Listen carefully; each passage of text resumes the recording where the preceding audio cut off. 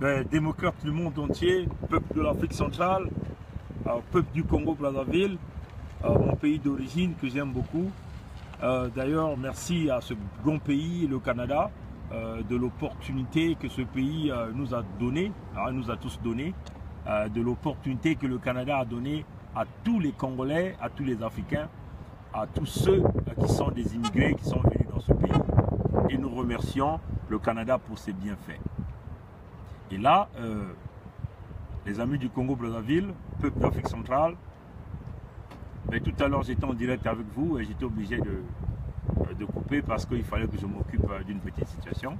Et donc là, je reviens encore avec les mensonges que Sassou Nguesso a eu à donner sur France 24, appuyé par Mark Pillerman, et tous les deux ont été contredits par France 2, qui a d'ailleurs publié un documentaire audio, là où on entend des réfugiés faire des témoignages sur leurs difficultés, la souffrance qu'ils sont en train d'endurer suite au bombardement avec des hélicoptères de combat, de chars de guerre, des BEM 21 dans la région du pôle. Donc tous ces réfugiés sont dans la Bouenza, à Yamba plus précisément, dans le district de Yamba, et aussi vers les zones de Ngwedi, dans l'UTT.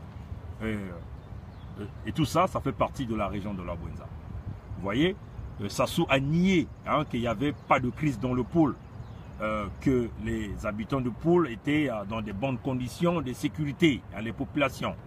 Malheureusement, ils ne savaient pas que France 2 était déjà là. Ce soir, il y aura des grands reportages qui vont passer. On va voir des enfants très malnutris, des femmes qui souffrent énormément, des séquelles de guerre, des bombardements, des femmes qui souffrent, des violations sexuelles perpétrées par les miliciens de Denis Sassou Nguesso. Des enfants aussi qui souffrent, des enfants malnutris, puisqu'on vous avait dit qu'il y avait beaucoup de produits chimiques qui avaient été jetés dans des rivières par Denis Sassou Nguesso pour empoisonner les populations. Voyez. Mais France 2 va démontrer le contraire. Bon, plusieurs personnes se posent la question, ils se disent, est-ce que c'est un déblocage médiatique parce qu'en France, c'était comme un tabou, parler de la crise du pôle, de la guerre du pôle avec des témoignages à l'appui. Est-ce que c'était un tabou? Est-ce que c'était un blocage médiatique? Ou c'est parce que M. Hollande est sorti du pouvoir et il a demandé à son remplaçant de tenir compte de la situation du Congo-Brazzaville? Et ça, nous ne le savons pas. Bon, il y a certaines personnes, certains Congolais aussi disent que voilà, dans cette publicité, est-ce que c'est une façon de vouloir essayer de publiciter Sassou Nguesso avec le nouveau régime au pouvoir en France? Et ça, nous ne savons rien. Mais tout ce que nous disons aux Congolais, nous ne comptons sur personne, ni de M. Macron, ni de son gouvernement. Déjà, nous avions vu qu'il a ramené le Drian qui est devenu le ministre des Affaires étrangères de France. Le Drian qui était un véritable ami de Sassou Nguesso, lui et Manuel Valls, ce sont ces deux qui ont mis Hollande dans cette difficulté avec l'argent sale de Sassou Nguesso. Nous le savons. Et donc Hollande était obligé de donner à Sassou Nguesso cette autorisation d'aller changer la constitution, que nous connaissons aujourd'hui les conséquences. Vous voyez? Les conséquences, les Congolais sont en train de mourir, assassinés par Denis Sassou Nguesso. Vous voyez? Et tout ça, c'est le Drian. Et là, le Drian est devenu ministre des Affaires étrangères. Mais on s'en fout éperdument qu'il soit ministre des Affaires étrangères. On s'en fout. Pour nous, le Congolais, nous voulons le crâne de Sassou Nguesso. On le dit. On ne négocie pas avec un criminel. On ne négocie pas avec un assassin. Le criminel, il faut le combattre. Comme Sassou ne comprend que le langage de la force, il nous faut la force militaire. Et la guerre, il faut maintenant faire, il faut le faire. Et c'est ce que, d'ailleurs, que nous disons aux forces de libération du Congo, par le général Ntoumi. Par le général Ntoumi. Ça, c'est une désignation qui vient du Canada. Désormais, ça sera plus le pasteur Ntoumi, ça sera le général Ntoumi. Hein? Parce que nous voyons les faux généraux de Denis Sassou Nguesso, ils sont tous là en train de fuir. Aucun général sur le terrain, aucun. Tous, ils ont taillé. Ils ont taillé. Vous voyez, ils prennent des enfants d'autrui, ils sont en train d'envoyer des enfants d'autrui simplement à la mort dans les poules. Des enfants mal formés, mal nourris, mais c'est regrettable. Les enfants, on va ici dire au peuple Moshi, hein, dites à vos enfants de quitter le camp de Tiambicho, de quitter les forces de rébellion de Denis Sassou Nguesso. Dites à vos parents de quitter. Vous voyez?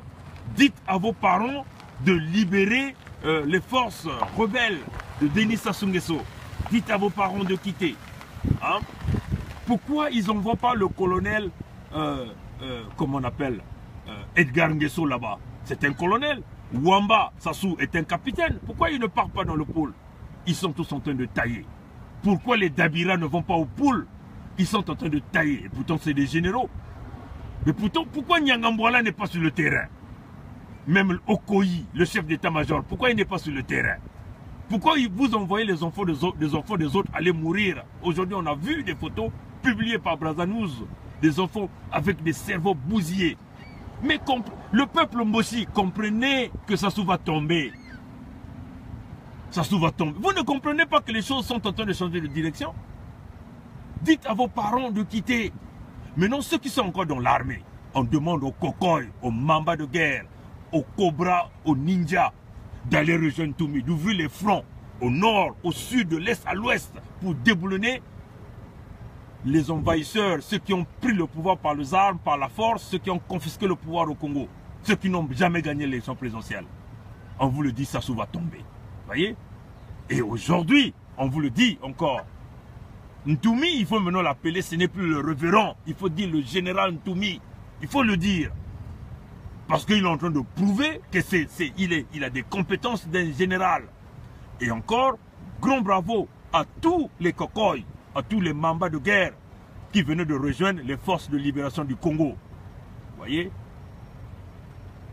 voyez l'événement qui a diligenté à tous ces Congolais de prendre la conscience. C'est quand Sassou a assassiné un enfant de 3 ans. Paix à son âme. Cet enfant de 3 ans qui a été froidement abattu à Mouyonzi. Un enfant, un petit enfant qui ne connaît rien de la situation du Congo, qui ne connaît rien de ce qui se passe dans ce pays. Mais les miliciens de Sassou ont pensé abattre cet enfant.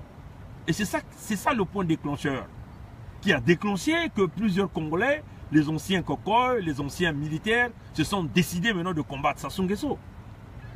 Parce que pour tout parent, celui qui a des enfants, ou celui qui a déjà travaillé avec des enfants, ou celui qui s'est déjà occupé des enfants de ses frères, de ses soeurs ou de ses cousins, aura la compassion pour cette petite fille de 3 ans. Et c'est même ça le point déclencheur qui a déclenché la levée du veto médiatique sur la situation du pool qui se passait au Congo-Brazzaville dans les médias français. C'est bien ça le point déclencheur. Mais là, nous venons d'apprendre que Denis Sassou Nguesso, comme il est habitué à faire la guerre, il y a encore des cargos militaires qui venaient d'atterrir sur l'aéroport de Lombo. Depuis la semaine dernière, des cargos ne font que atterrir. Il est en train de continuer de s'amasser des armes. Il continue de s'acheter des armes de combat pour continuer à aller massacrer les Congolais. Éventuellement, il est en train de recruter encore quelques jeunes Moshi. On a vu tous à la faculté des sciences et la faculté de droit, ils sont en train de recruter ces jeunes non formés et qui vont encore aller envoyer dans le pool pour combattre les Congolais. Mais peine perdue. Sassou va tomber. C'est juste une question de temps. Maintenant, nous demandons à tous ces militaires qui y croient encore que l'armée congolaise est une armée inutile, comme on a toujours dit. Vous voyez, chers compatriotes, Bernard Pongui est consistant dans mon discours. Je le dis toujours, je suis consistant dans mon discours. Je vous avais dit ceci. On ne négocie pas avec Sassou Nguesso. Pendant que nous avions voulu de la négociation, il n'a jamais voulu. Il a cherché la guerre. Il a cherché à mater les Congolais. Mais les Congolais se sont dit qu'on ne négocie plus. Plus question de négocier. Il a voulu la guerre, on va faire la guerre. On va briser Brazzaville, on va briser Pointe-Noire, on va briser Oyo et nous allons reconstruire le Congo. Et le Congo sera reconstruit d'une manière claire. Comme Sassou ne comprend que le langage de la violence et le langage de la force, nous allons donc obliger de jouer dans ce même terrain, de jouer dans ce même jeu. Voilà pourquoi nous demandons aux forces de libération du Congo de maintenir la pression et de continuer d'avancer. Et c'est clair. On ne négocie pas avec un criminel. C'est fini avec les histoires. Si Sassou veut négocier, il va d'abord exterminer les 4 500 000 Congolais.